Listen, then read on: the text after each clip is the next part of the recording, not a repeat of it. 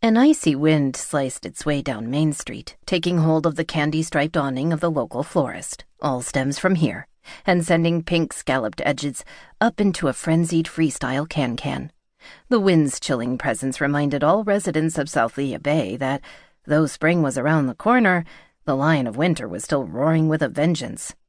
Flora sank her frigid cheeks deep into the collar of her thick sage-green velvet jacket as she wrestled with the door of All Stems From Here with one hand and swiped away strands of wispy blonde hair from her mouth with the other. The door finally gave way, and overhead a bell tinkled as she plowed into a pile of Easter flyers already stacked behind it. The store always received a lot of catalogs when wedding season was just around the corner, but this year there seemed to be more than ever. As she turned to close the door, she glimpsed a character wearing what looked like a floor-length fur coat, moving at a brisk pace up the middle of Main Street. Shaking her head in disbelief, Flora gathered up the stack of mail, wondering who would have the courage to wear such a thing on their politically correct little island. Meandering to the counter, she searched through the mail for her favorite Victorian flower catalog. As she shuffled through the pile, a cream envelope with large round writing and her name on it emerged from the heap. Her heart skipped a beat. It was from Dan. She hurriedly dropped the rest of the mail onto the counter and focused on his letter, precious in her hand.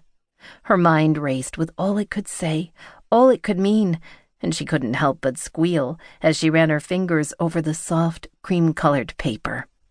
Her first desire was just to tear it open and devour every word, but she wouldn't. She had already decided exactly what she was going to do when he had hinted at sending her a letter at work. She would put it aside and wait until her lunch. Then she would make a pot of her favorite Earl Grey tea and climb the rickety stairs to sit outside on their little balcony. No matter how cold it was, she would sit there and look out across the bay, savoring every word he had written to her. The bell over the door jangled again, forcing Flora from her reverie. She slipped the letter quickly into her pocket as Gladys Binkley, the Crabapple Diner's oldest and most unceremonious waitress, stumbled into the shop. Flora took in what she was wearing with surprise. The cold weather sure brought out the oddest of wardrobe choices from her fellow South Lea Bay residents.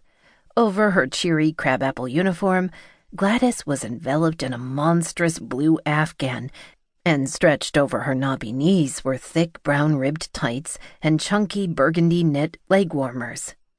To complete her mismatched ensemble, a tatty-looking green scarf was wrapped multiple times around her neck and ears. She made a beeline toward the counter, her curly brown hair a windswept mass of wired wool, and her now fogged glasses perched on a face that looked as if it had eaten grumpy for breakfast. Not bothering to pull down her knit muffler to speak, she glared at Flora through the fog. "My cactus is dead," she spat out through icy green scarf. "The one you sold me. It's dead." Then she continued on her own little rally. "I told people everything dies at my house. It's the kiss of death on living things, that place. Plants, animals, people. In fact, anything that needs to suck in oxygen to survive just keels over in my den of destruction." Then, peering over the rim of her glasses, she fixed Flora with a beady stare, as she added with a powerful assurance, "There's something in the walls, you know. It was built in the 60s, when builders were all hocked up on lead-based paint. It's just a mew of plastic and asbestos and a whole heap of other hippie crap, no doubt." Her eyes narrowed. "My module's been murdering things for years. I think I'm only still alive because I'm too ornery to die." Flora nodded nervously as Gladys started to parade around, flicking her scarf in front of her as if she were conducting an orchestra. "But people said buy a cactus, Gladys. Nothing can kill a cactus. Cacti can survive anything, so I bought a cactus." She stopped conducting and hitched up her saggy chest as she delivered her next line with gusto. "Well, it's dead. So what are you going to do about it?"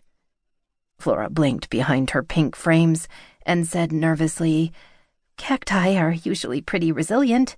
They live in the desert, you know." Gladys scowled. "They may be able to make it through the perilous temperatures of the Sahara,